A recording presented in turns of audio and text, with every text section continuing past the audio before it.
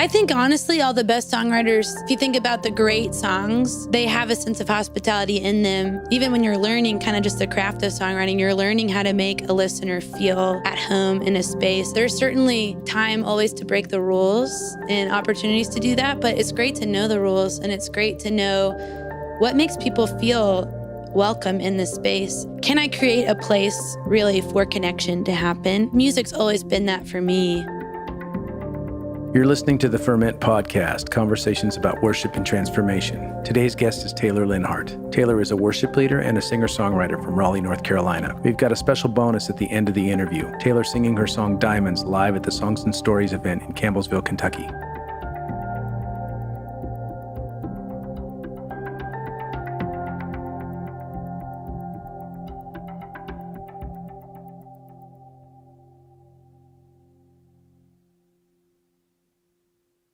This episode is brought to you by Monk Drums. Monk Drums is a creative desert venture that strives to combine beauty and business as one heartbeat. Monk Drums' main focus is handcrafted wooden drums that allow us to love, assist, and serve all who accompany us on this path. Use the coupon code FERMENTPOD to get 5% off your Monk Drums order. Find them on Instagram, Facebook, and Twitter at Monk Drums. And every Monday, look for hashtag Monk Drum Monday.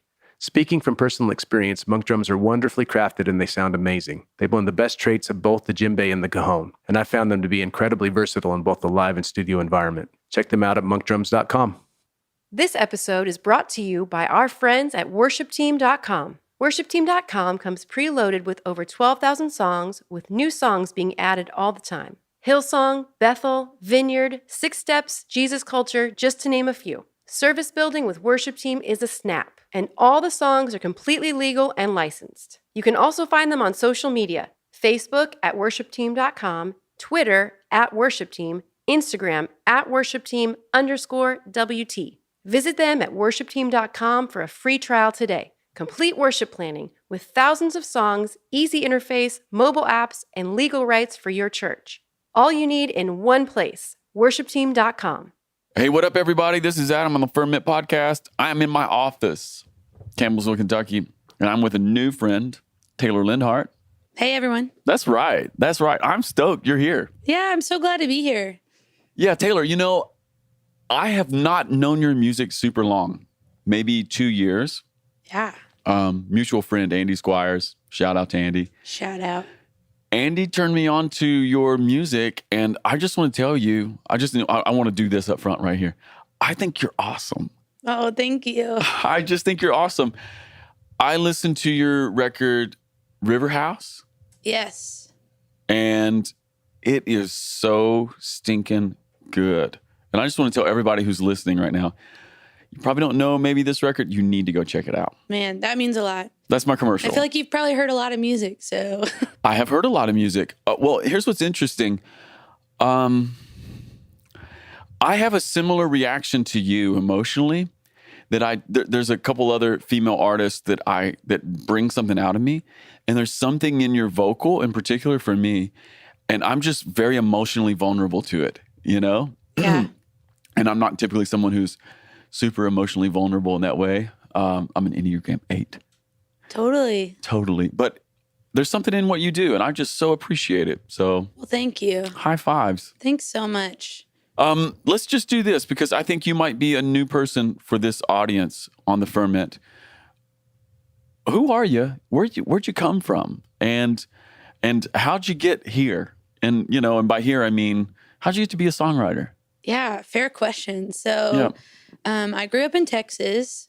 What part? The hill country. So a town called New Braunfels, a little German town. Dude, I've been there. No way. I was there last fall. That's incredible. It's a great place. Yes. It doesn't feel great when you're 15, but really it's one of my favorite spots in the world. It's where my family still is. So I grew up there and then ended up going to college in South Carolina, sort of landed in Raleigh, North Carolina. That's where I still live now. So I've sort of got this grew up in Texas, but I've spent about 8 years, in North Carolina land. And What'd you study? I studied psychology. I thought I would go into social work or be a counselor or something like that. All right, so you're a merciful person. Oh, well, maybe. I hope so. Yeah. Yeah. Got those mercy things on the surface. Yeah, so did you grow up in a musical family though? I didn't. Well, my dad loves music, and he had the same guitar in his closet that he had in college, probably with the same strings on it too. I mean, it Yeah. was such a piece of junk, but he would pull it down, a couple nights a week and play the 4 songs he knew how to play. And one of those was "Take It Easy" by the Eagles. Okay. Or he played Creedence Clearwater Revival or something like that. And I just kind of grew up, like, I'd always just sit, and listen to him play. And then one day it just struck me that I could play, that I could just How old were you when ask that him. little revelation popped into your brain? Probably 11 years old. Oh, okay. Yeah, 11 or 12. So it took a while. And I was always singing and stuff and into music as a kid. But something just struck me like, oh, I should just ask him to show me how to do that. Were you a performer as a kid? Were you like, hey, I'm here? A little bit. I think I've always had some just a little insecurity, enough to kind of keep me from really being, and I was kind of the kid who would do things but never get sort of the upfront role. I'd try out for the play and get like tree number 3, or so I'm like, I'm in the chorus or I'm in the thing, but I'm never like one of the main characters. So it just never. Yeah, I think music for me was a love. I never saw myself as like, oh, I didn't have big dreams and aspirations to be some sort of, I don't know, just a very upfront. Yeah, you weren't the kid who, from earliest memories, was dreaming of being a star. No, not at all. But you just enjoyed sort of that whole world, and you were in it a little bit. Okay. So you start playing music because your dad has a guitar out and he's playing the Eagles. Right. Did you learn playing the Eagles? That was probably one of the first songs, just like G chord. I learned how to play that song. And then he kind of taught me the other ones he knew. And then from there, I was just really left to my own, trying to figure it out. So we did have the internet then. I mean, this is probably like early 2000s. So yeah. I was really into Sarah McLachlan. Yes. And honestly, Lilith I Fair. Still am. So a lot of those. Did you ever go to Lilith Fair? I never went. Okay. I never got to actually go. But you're not old enough. Yeah. I was pretty young when that was going on, but a lot of those women really inspired me. And there was something about Sarah McLachlan, and I would just play her, I'd play her CD and then just look up the chords, or try to figure them out. And that's kind of how I really learned how to play. And I always say it's just the one thing I really never put down. Like once I picked up a guitar, it just felt so natural and right. So I just kind of kept going. When did you start writing music? Yeah, I think I tried in high school. High school is when I started discovering really songwriters and people who were saying things in a way that moved me and compelled me. So I tried to do that a little bit. And as most people, will tell you, my early attempts at that were not great. Yeah. There's this quote I really love, or Ira Glass from This American Life talks about when you're a creative and you kind of have great taste, and so you know what songs are supposed to sound like, but then you try your thing, and it's so far, the gulf is so far between what you can do and what you see other people doing. So it took me a while to kind of just get past that. And I just felt like, I'm not very good at this. But there was a specific time in college, one of my best friends in the world, her parents split up. And I just found myself, I was very close with her and with them. And I found myself just wanting to respond and not feeling like I really had the words to do that. And so I wrote about it and kind of wrote a song for my friend. And it felt like tapping into something really important that I'd sort of found a way to communicate. Were you proud of that song when you were finished? I was. Yeah. I was proud. It was the first song I wrote that I thought, this feels special. And it feels like I was able to kind of... was that the first time you maybe emotionally sunk your teeth into a feeling or an idea? Yeah, I think it was the first time I wasn't really trying to imitate anyone. You know, a lot of my early songs, I think whoever I was listening to, I'll try to write a song like that. Or, you know, I'm in youth group, I should probably write a Jesus song. So I love you, Jesus kind of thing, which is great. And I think it all got me there. But that was the first moment that I just thought, what is it that I want to say? And wrote a song like that. And it didn't sound like, I mean, I'm sure it sounds like something, but to me, I wasn't trying to copy anyone. Yeah, it's interesting how sometimes we get those moments where maybe the moment is so fraught with emotion, or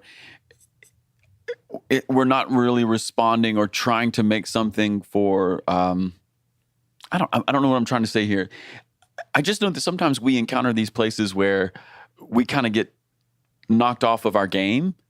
You know, Yeah. like emotionally or something, like maybe a close friend's parents split up, you know, Yeah. that would do that.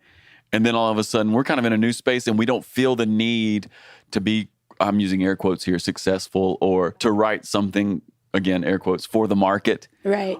And then it creates a space for you to be a more true version of yourself. Yeah. And there was something sweet really about those early days when I was writing songs, because I wasn't doing it for anyone else really. You know, if I would write a song for a person, maybe I would share it with them. But there wasn't a sense in which I was trying to make it. I wasn't doing, you know, I wasn't playing gigs really in coffee shops. Every once in a while I'd do an open mic or something, but it just wasn't an aspiration. And I didn't really see a pathway in which music would be kind of something that would kind of take over my life. So I love thinking about those songs because they just came from this place of, I want to say, you know, Yeah. I'm feeling something, I want to say something. So there's a something very pure, I think, in that. And I just love the idea that you can still remember the first song you were like kind of proud of in any way. That's cool. Yeah. Yeah. Hey, if you don't mind me asking, how old are you? I'm 31. Okay. Yeah. Great. So you're 31 now. Yes. When did you go, okay, I'm going to be a songwriter?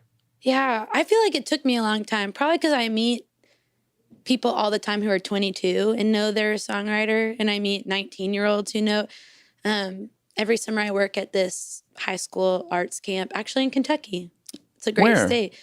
It's down, what is it called? It's near Scottsville. Really? Is where we have it. Okay. It's a great little camp called Masterpiece. And I teach songwriting there with a friend of mine. And I get to meet these kids who know they're 14, they're 17. They know they're songwriters. And I'm jealous in a way of just that. You know, I wish I had really understood that about myself earlier.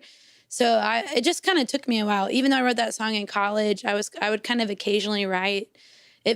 I very much didn't see that as part of my core identity. And I think I was maybe, I was asleep to that a little bit in a sense in myself. And so it took me trying several other career paths. You know, I mentioned the social work thing. So I worked at a nonprofit for a while. And then I thought, this is, you know, the whole millennial thing. We're all trying to figure out what we're supposed to do. But I worked for a nonprofit for a while and I thought, this isn't it. And so I quit that job and started grad school to be an elementary school teacher. And I thought, okay, this is going to be like, this is the thing I was made to do. And I quickly, even in the middle of school, I knew that probably I was wrong. And I had this moment where I had been leading worship at church a little bit. And a family from my church invited me to do a house concert. And I didn't even know what that was. But they said, hey, like, we know that you've written some songs. We'd love for you to come play them. And I think it was that night I clumsily put together that I'd never really done that before. You know, I'd sang cover songs before at like a restaurant or something. And I'd shared a song I've written at different churches and stuff. But this was the first time I was like, oh, people are coming they're coming to hear me. I was scared out of my mind, and I put together the set list, had no idea how to do that, so it was way too long. I played way too many songs because I just kind of took everything I'd ever written and put it down. But there was something that happened that night that I just it's forever marked in my mind as just, I kind of just knew, you know, I felt like for the first time I knew, I don't know how to put it. If it was, I knew what I was supposed to do, or I kind of even deeper, I just knew who I was. I knew that space for me, not just writing songs, but sharing them with people and connecting with them that way is something that I really just, God just kind of put a big exclamation mark, I think, on that night. And so that was when I started saying, okay, I'm a songwriter. And it started out more like, hey, I think I might like want to be a songwriter and stuff. And then I learned how to We try claim these that identities on, don't we? Yeah. Yeah, we it's almost like when you try on a shirt or a pair of shoes. It's like, does this fit? Yeah. You know? Yeah. Yeah. It's funny because you think, I was just talking to someone about this today, you think that to say that, you feel like you have to have earned that. You feel like you have to have, you need something to show for it. Well, if you're like, show me, where's your album? record? Where's your hit? So I feel like I hadn't earned my spot yet. And I think that I could never have gotten there on my own, but I feel like God really sent some people into my life to teach me. You can almost, you grow into it, you know, you kind of, he puts the sort of crown on your head and you kind of rise up to meet it. And I feel like that's sort of what happened That's a great image. to me. Yeah. And so was worship a part of this story as well? Yeah. In fact, I actually have vineyard ties. The first kind of church that I went to of my own, you know, volition in high school and kind of right after college was this vineyard church in New Braunfels, Texas. And they were the first ones who really gave me, you know, I remember talking to my pastor down there, Scott, and he's like, hey, you know, I had just graduated school. It was 2009. The economy had crashed. I couldn't find any jobs. I had no idea really what I even wanted to do. And I was considering moving back home for a little bit. And Scott said, hey, we're going to do this worship internship thing. We just think you'd be great for that. And I thought, oh, well, you know, I've like never really done that before. I mean, I'd kind of been on the worship team. It was like, I've never led worship. And he's like, well, that's great. That's what the internship is for. That's what we're going to do. Yeah. So that church really was such a sweet home to me and kind of where I feel like I got my sea legs, if you will, just for even music, and wrote a lot of songs in that period. And so there's always been this weird marriage in my life between where, even though I would say there's a distinction between, you know, leading worship, how I lead worship, and then these songs that I write, in some ways also they really inform each other. And they both have spoken pretty deeply into one another. Well, I think this is what's sort of interesting, because you're right. I actually do agree with you. Leading worship or the worship space actually does inform songwriting in a very cool way. I think there's something about leading worship that, especially if you're a decent worship leader, in order to be a decent worship leader, you actually need to lead with your eyes open. Yes. And you need to connect with people and pay attention to the room. You used this word this morning during your panel time. You used the word hospitality to sort of describe your calling and what it means to be a songwriter. And like that perfectly applies to worship leadership as well. It's like, well, of course, we're in this room together. And I can just see how that sort of like ties back, you know? Yeah. Because I know even as a songwriter myself that my worship leading has really informed that over the years, because I kind of think pastorally about songs sometimes, or the people component is never out of my mind. And maybe it should be, but it just isn't. Yeah. You know? I think honestly, all the best songwriters really, or if you think about the great songs, they do that. You know, they have a sense of hospitality in them. Even when you're learning kind of just the craft of songwriting, you're learning how to make a listener feel at home in a space. And, you know, I don't think it's wrong to do that. There's certainly time always to break the rules and opportunities to do that. But it's great to know the rules, and it's great to know what makes people feel welcome in this space. And Yeah, I think that as a worship leader, well, really, I think as a songwriter, especially young songwriters I meet, sometimes they want to they want to express themselves. They're like, I just I have want something to say. I have something to say and I want to say it. I think that's great. But to kind of think beyond that, to think, can I create a place really for connection to happen? And maybe that's connection between you and the listener. Maybe that's connection between a listener and God. Or maybe that's like for people, I think a place for people to meet each other. But music's always been that for me. And so it's kind of fun when I realized that those two things, can exist together. Yeah. But you're still a worship leader, right? I'm still a Even worship now. leader. Yeah. Okay. What kind of church do you lead worship at? I lead worship at a church. It's called Church on Morgan. It's kind of a church plant or a partner church with the United Methodist. Yeah. In Raleigh. It's downtown. It's kind of Raleigh is a cool town, by the way. yeah. It's surprising. I was there not long ago, and I'm like, I didn't know this was cool. Raleigh's cool. Yeah. Raleigh's kind of surprise cool. Yeah. It's like, your cousin that you remember from years ago, like kind of nerd, like, and then all of a sudden you see him again and you're like, wow, actually, like you're pretty. Yeah, you're all grown up. Yeah, totally. That's kind of what happened to Raleigh. When no one was looking, it got pretty cool. Yeah. Okay, so you're leading worship, but you're really pursuing songs. Yes. I think that, some people do the worship leader thing as just a gig and respect for that. But for me, I think it feels like something that's kind of a part. It's another spoke on the wheel, I guess, of my life. And so I love leading worship. I think to some extent, I'll probably always have some community that I want to be a part of and contribute in that way. It feels natural to me. And yeah. And then I've got my songwriter thing too, but I'm really trying to learn like how can those things live together? Sometimes one is going to probably take a little bit more of a front seat and one will not. But I'm lucky that I've sort of found a church that really believes, I think, in what I do and how I do it. And so they've given me a lot of space. That's great. Yeah. Okay, so I have a text thread on my phone that pretty much never stops. Yeah.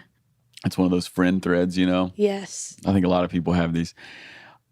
And one of the images or metaphors that we always talk about for the last 5 years on this text thread is all of us in this little group have this strong sense that there's an aspect of our lives that's brackish waters. So that's the image that keeps coming up. Yes. And brackish waters, that's where like a freshwater river runs into a salty ocean. Right. And it's that intermingling.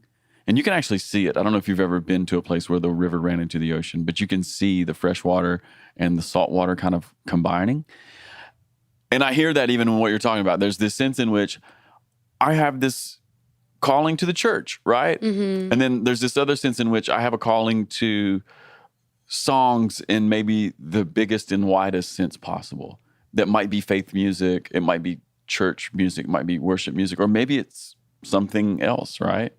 Yeah. Yeah, and so even while you're talking, I'm getting this image of brackish waters or the image of having one foot in two different worlds. Yes, I really like that. And more, I think I just want people to realize that those worlds can come together. Yeah, they can. Because for so many people, I think their faith is so disconnected from their ordinary life. And it's for God is for Sunday.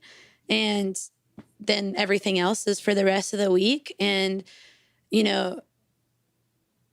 I've been radically transformed by this idea of the kingdom of God kind of being about every moment and in everything. And so, oh, you mean I can write, a song about my brother, or I can write a song about my friend's breakup, parents, or I can write this song. Yeah. And then actually, like, there's something of that. There's something of the kingdom even in all of those conversations that we want to have. And sometimes the most obvious and plain things in our lives really are begging to sort of be explored. And Yeah. So, Yeah, I just love that. You're right. Those things can come together. yeah. And in nature, they actually do. You know, Right. they can exist. That's a Right. real phenomenon. And Yeah. the oceans are filled with rivers that run into them, you know? And Right. maybe- And for some reason in worship music, we've, decided here's the very shallow bank of words that we're going to draw from and the phrases that work and, Yes. And so I think actually lately I've just been moved by, in a worshipful way, whether I'm at church or not, by these really specific, descriptive kind of songs. So I'm constantly kind of trying to go, can we do that? Can we bring the way we would write a song over here in the Americana or folk space or whatever that is, into the church? Like, can we kind of sing lots of different songs here? And can they feel different? Do they always have to feel like Four on the Floor, the bridge, like down bridge, up bridge, whatever? Like, I just think octave up bridge. Octave up bridge, Yeah, right? come Which on, I'm terrible come on, at every come on. time. There's only one key I can even Down do bridge, that in. octave up bridge. Come Octave on, up Taylor. bridge. I know- Your see, worship honestly- leading is going to get so much better now. Thank you so much. Yes. Great. Yeah. So I can put that on my resume now. Yes, octave up. I've bridge. got it. Got it. So I think it's kind of fun. It's fun to explore those spaces. And I think, it was probably Andy Squires who taught me, you're going to be tempted to want to sing the song that people want, but you got to sing the song that people need. And I think that's true in both arenas. I think that's true for me in the church, and it's true for me as a songwriter I love that. outside the walls.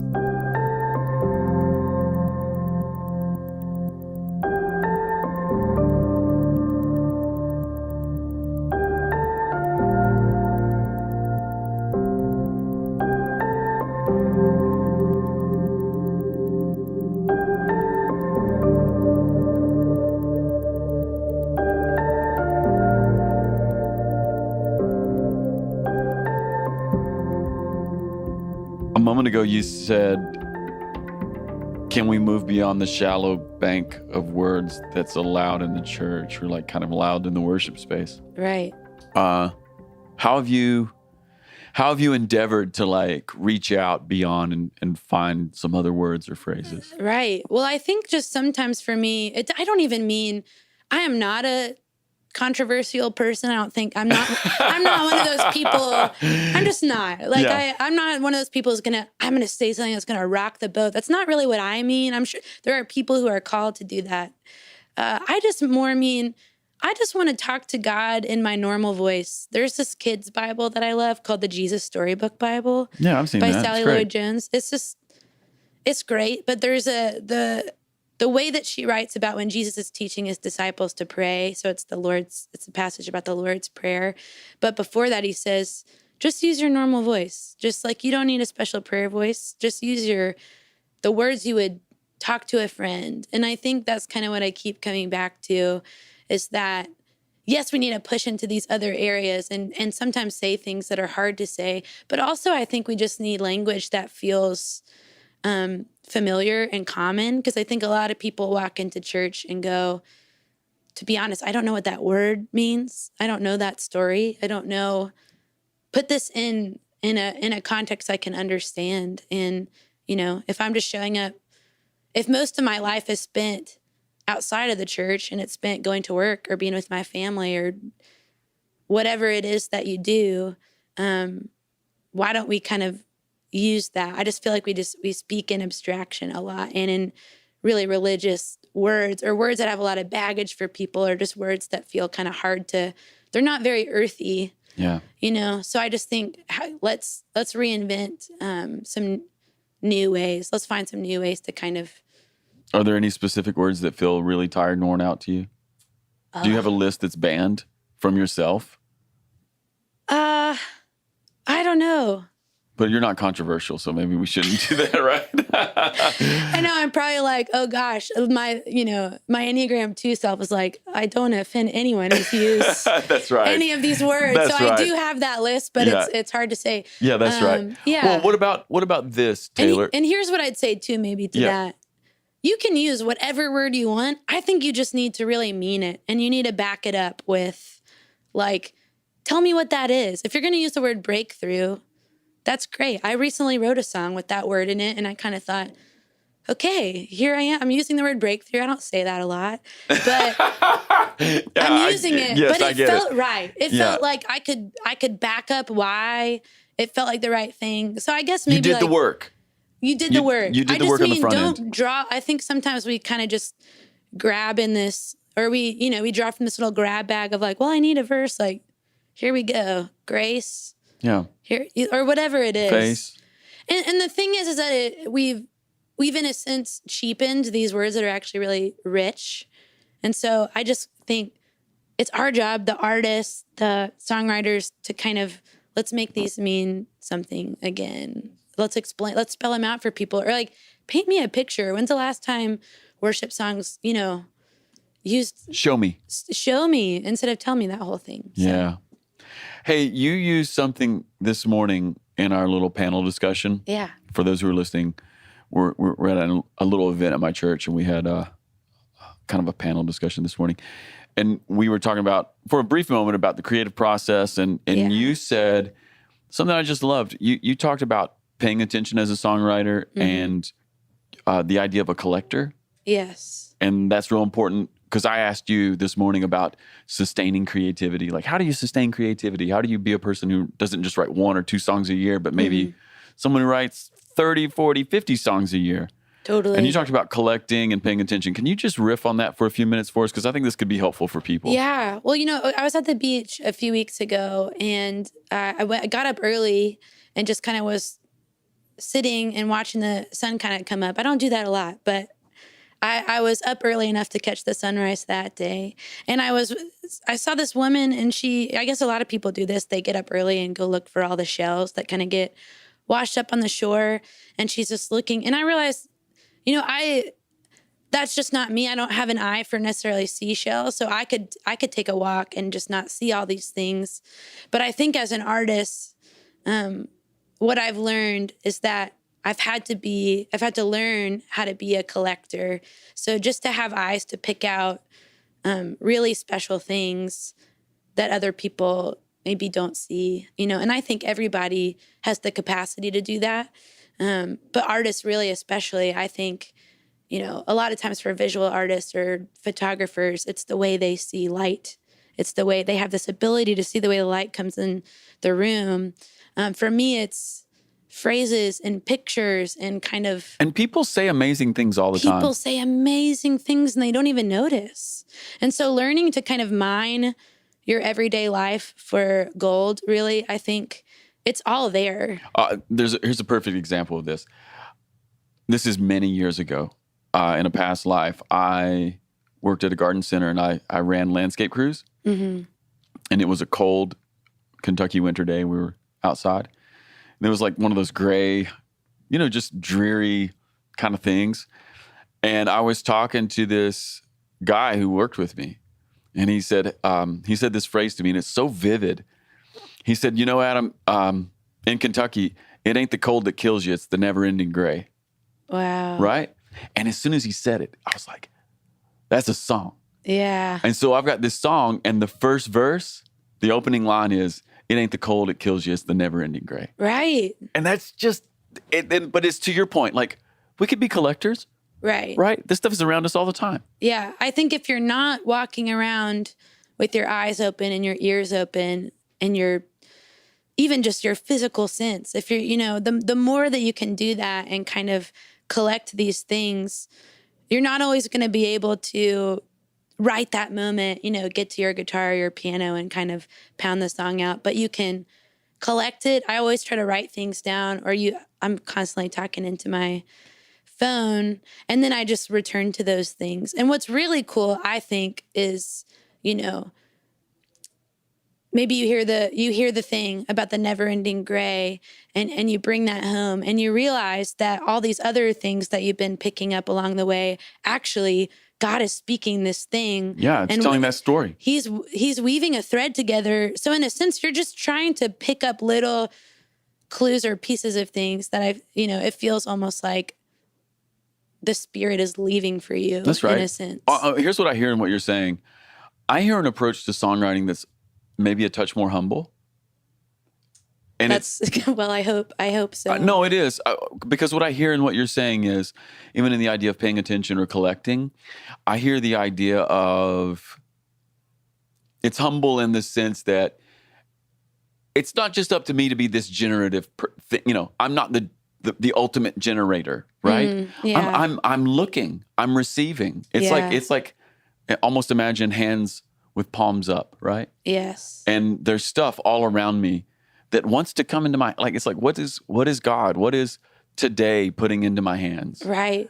And then I'm going to do something with it. Right.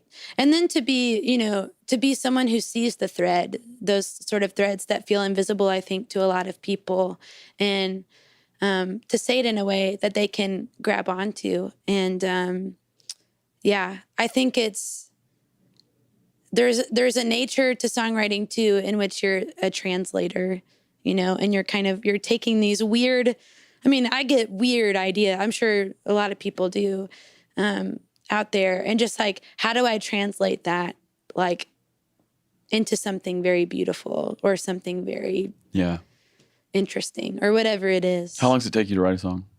Sometimes it's quick. Some of my favorite songs have come in maybe an hour or two, but these days I will say it's taking longer. I think I'm getting, in some sense, the songs are better, but they're just, they're coming a little bit slower, and I'm spending more time editing and letting it develop and kind of marinate a little bit. Yeah. I used to just write a song and think, well, it's done, and, never come back to it. So I'm kind of learning how to go, does this need to be something more? Did I say it as well as I know I can? Well, John Mark even said something this morning. Yeah. I thought was really great.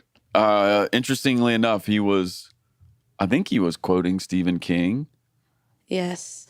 About starting a creative endeavor with the door closed, but editing a creative endeavor with the door open. Yes. Right? So that it kind of speaks to that freedom of starting a song, letting it be whatever you want it to be, letting it happen. Yeah. But then opening the door to maybe other people and other opinions for that editing or that second round.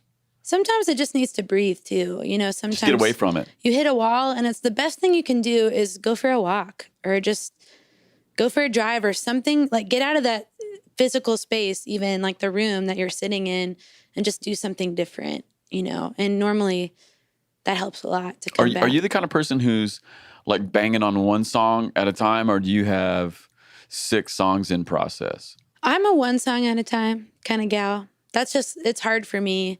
And I need to feel really emotionally invested in it. So I've just got to really enter in. Do you mean care? Yeah. Yeah, like you gotta. I've got to really care. And generally, like, I kind of want, no matter what kind of tears they are, I want to like cry a little bit. Like, that sounds really like. That sounds like an Enneagram 4. It totally does. But which no, I I'm get not. it. I get it. I get it. I want, really what I mean is I want it to move me. Yes. So I just have to, it's hard to kind of do that in a lot of different places. So, I've got this one chorus right now that it's a song that's taken a while, but every time I sing the chorus, I choke up. You feel it. It means something to me. And so the verses I've tried with it, I just haven't quite gotten to that point. So I'm trying to chase that. Yeah. They don't match. I'm trying to chase that a little bit and be patient, but when you were a younger weird. songwriter, would you have settled?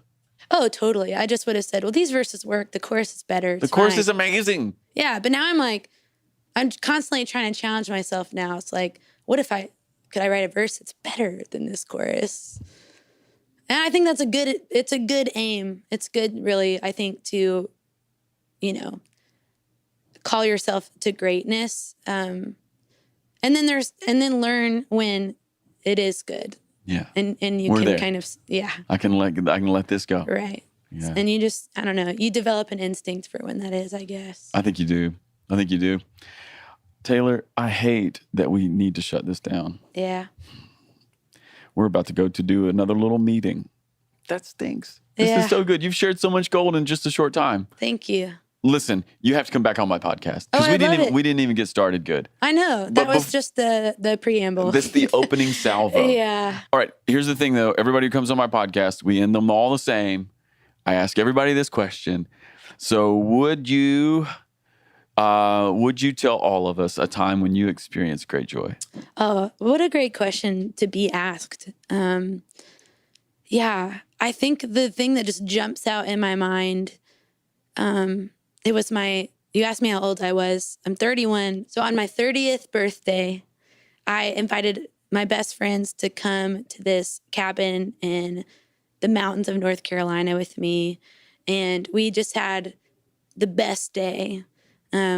We climbed on this river and we're climbing over all these rocks. We were like skipping rocks and stuff. And I felt like I had so much anxiety and fear about turning 30. And then I just spent the whole day being a kid, basically. And I feel like the way that I laughed that day and the way that I just enjoyed the people I was with, I thought, this is how I want to spend the rest of my life. So yeah, it was kind of a little mini awakening there that the child isn't gone. The child isn't gone. In some ways, I think she's just coming out. So that's great. Yeah. Beautiful story.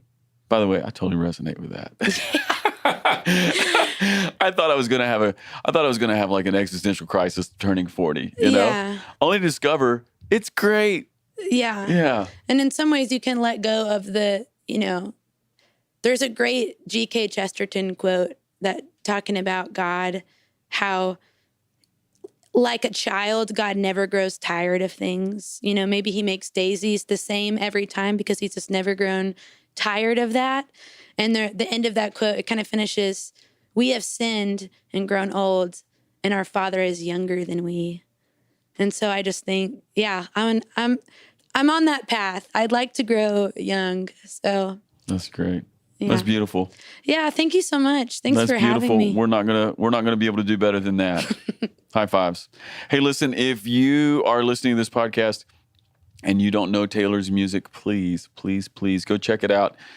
You can find her any place you find music, and definitely check out her record, River House, and she'll have something new coming when?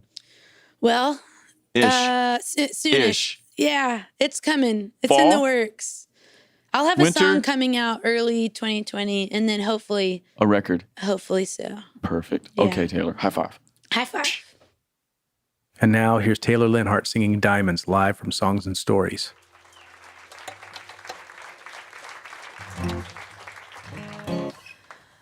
Well, hey, I'm Taylor. Tonight, I want to tell you a little bit of my story, and just kind of how I got here. And I think, I got to talk to Adam earlier. We did a little podcast thing, and it's kind of fun because when I do that, it always makes me think about just how I even got into doing this. And I never really saw myself as a musician or a songwriter. I always loved it, but just wasn't something that I claimed. It was kind of something that I sort of skirted around and felt like it was a little part of my life, but it took me a really long time to wake up to this real desire in me and something that I felt like God made me to do.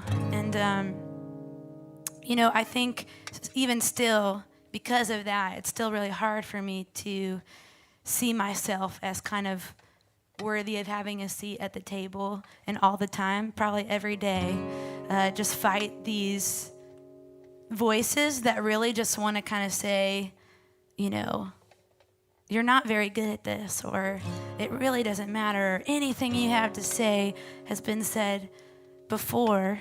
And, a lot of times I think I have a hard time just kind of bringing my full self with me. Even when I'm performing, there's a part of me that wants to kind of put something on for you. And but I think what's been just a medicine for me in my life, when I hear those voices, when I feel like I've got to be someone else other than me. There was this time in my room, and I was feeling like that and feeling like I don't have anything, really to say. And it was one of those moments, they've been so few and far between, but when I really felt like I heard the Lord speak to me. And he said, I had this idea, like, what if you are here because I had a dream, and I wanted, like, the way that you have a dream at night and you wake up, like think of like the last really great dream you had, and you kind of want to wake up and tell someone right away before it evaporates, before you forget it. And God said, what if I had a dream and I wanted to tell someone, and that's why you're here? You know, what if we are the dream of God kind of come true? And Brennan Manning puts it this way in his book, The Signature of Jesus. He says, you know, Jesus is the capital W word of God, the full expression of who God is, everything he wanted to say, you know, given to us. But we are like his little brothers and sisters. And so we're these echoes, you know, and that God really has something that he wants to say to the world. And that's why I'm here. That's why you're here. And so I think that just fights any level of me kind of thinking, well, I've got to come up with something new, or I've got to come up with something profound, or I've got to do the thing that's never been done before, because God says, you're my dream. You know, you started out in my dream, and I'm the one kind of making it come true. So you just get to live inside of this thing I'm already doing. And so this is a song called Diamonds.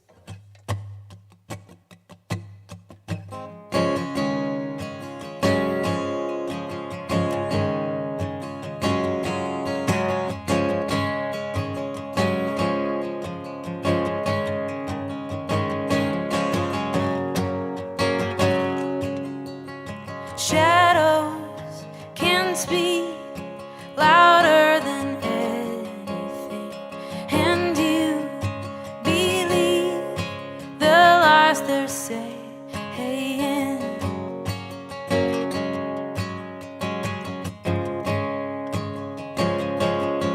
You are not an afterthought.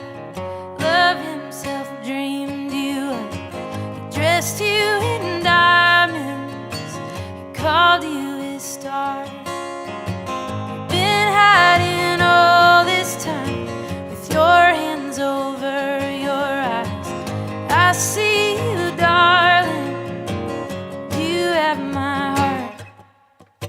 Not good enough, that's what you tell yourself. Invisible, nobody notices.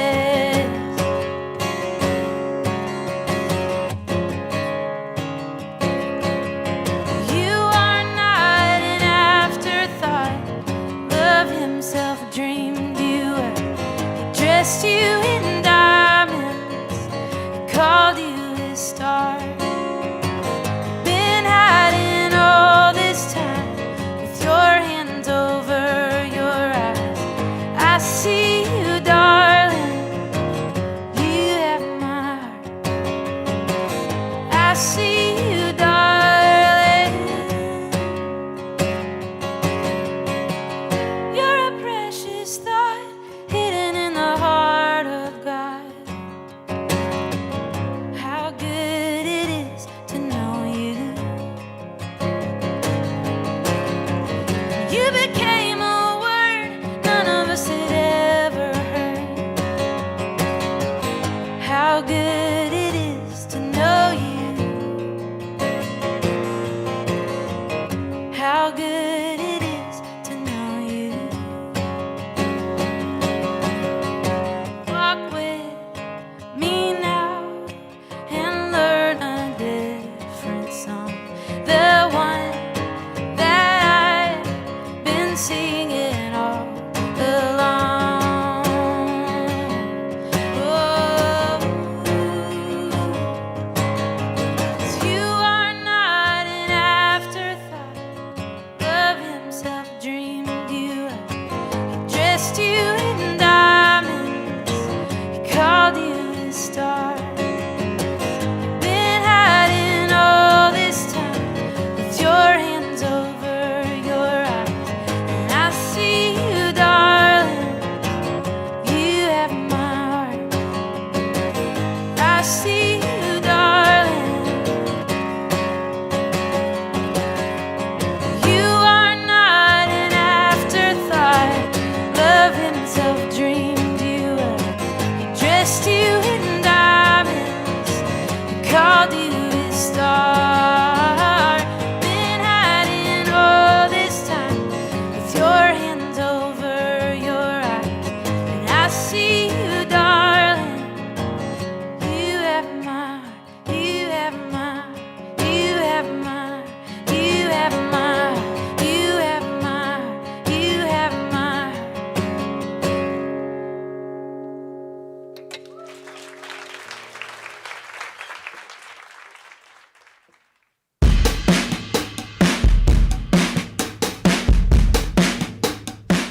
Hi, everyone. This is Melissa Keller, Events Director for Vineyard Worship. If you've been enjoying the podcast, I've got a couple of ways you could really help us. First of all, review the podcast on iTunes or the podcast platform of your choice. This helps more people find us. Also, connect with us on social media, Instagram at the Ferment Podcast and Twitter at FermentCast. Thanks for listening. See you next time.